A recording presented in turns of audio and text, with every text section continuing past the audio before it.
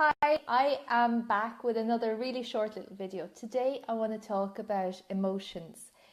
So all of our emotions, positive and negative, affect different parts of our body. We have a saying, and it is, where your thoughts go, your energy flows.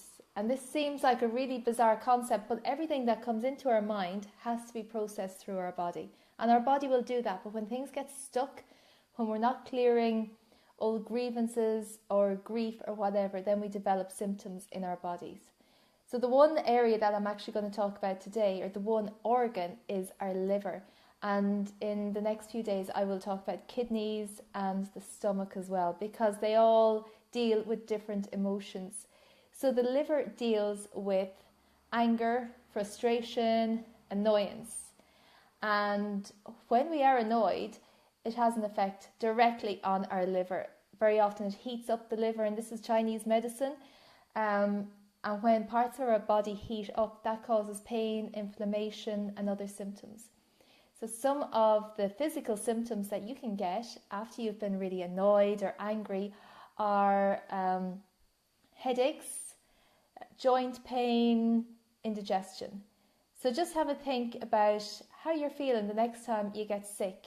Did somebody actually really annoy you that has led to this ailment? High blood pressure is another thing that comes on when somebody is very angry. And I would see this a lot, not necessarily high blood pressure, but other liver symptoms like anger symptoms when there has been a recent bereavement in the family, and maybe it's come to the time of reading the will.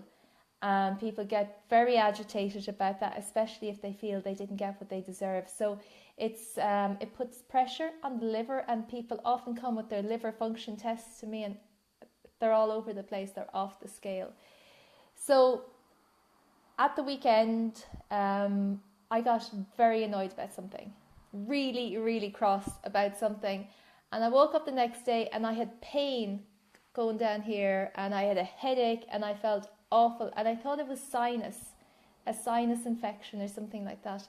And a few hours later I still had this awful pain, and I was talking to a really good friend of mine who's a homeopath as well, the lovely Rita Cara Robinson, and she was just saying to me, tell me how you feel, what's going on with you?